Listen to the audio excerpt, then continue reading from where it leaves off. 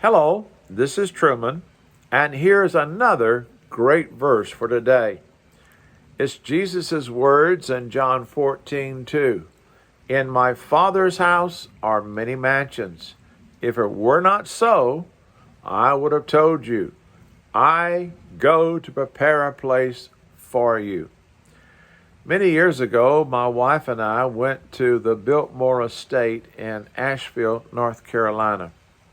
Well, that's an amazing place. 250 rooms. It's a place that was built by one of America's wealthy families, the Vanderbilts, I think like in the 1890s. 200 acres, beautiful, beautiful gardens. It was an amazing place. The dining room that would sit at an amazing dining table, a bowling alley in the 1890s, indoor swimming pool. It was just amazing. Well, as we walked through that, I had a sweet fellowship with Jesus. You say, well, how's that possible? Well, we lived in a little modest home. And compared to our modest home and the Biltmore Estate, there was no comparison. But I absolutely had no envy, no jealousy. I wasn't overwhelmed with the glory of the Biltmore Estate because I kept thinking about this passage. I kept thinking about Jesus has gone to prepare a place for me.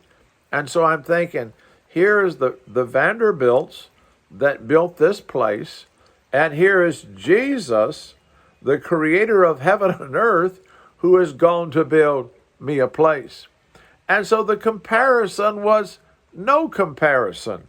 I kind of laughingly say that the mansion that God has for us in heaven makes the Biltmore looks like an outhouse compared to our house in heaven.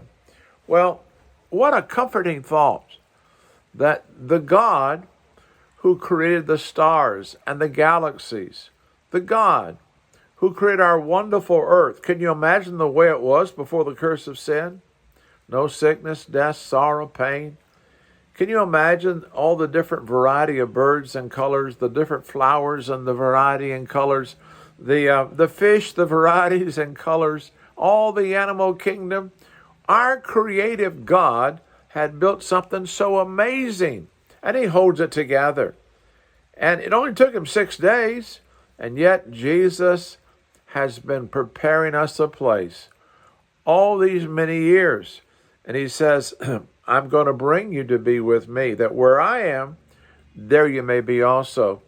I think about Abraham and his mindset about eternity. Hebrews 11 talks about his faith, and it says, by faith he dwelt in the land of promise as in a foreign country. And he dwelt in tents with Isaac and Jacob, the heirs with him of the same promise. Then it tells us, Hebrews 11:10, for he waited for the city which has foundations, whose builder and maker is God. Abraham lived in tents. Compare that to the Biltmore Estate. Abraham was looking as a stranger passing through, the builder and maker of the city of God, the Lord himself. Oh, does that not bring things in perspective for us? And no wonder in Revelation 21, where the Apostle John said, I, John, saw the new heaven and the new earth, for the first heaven, the first earth was passed away. And he talks about God wiping away all tears, where there's no death, no sorrow, no pain, no crying.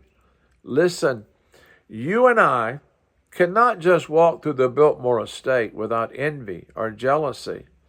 We, like Abraham, can walk in this world, and no matter what the world has that we don't have, it doesn't matter. Our builder and maker is God, and he has prepared for us an eternal home in heaven. May this encourage you today with another great verse today.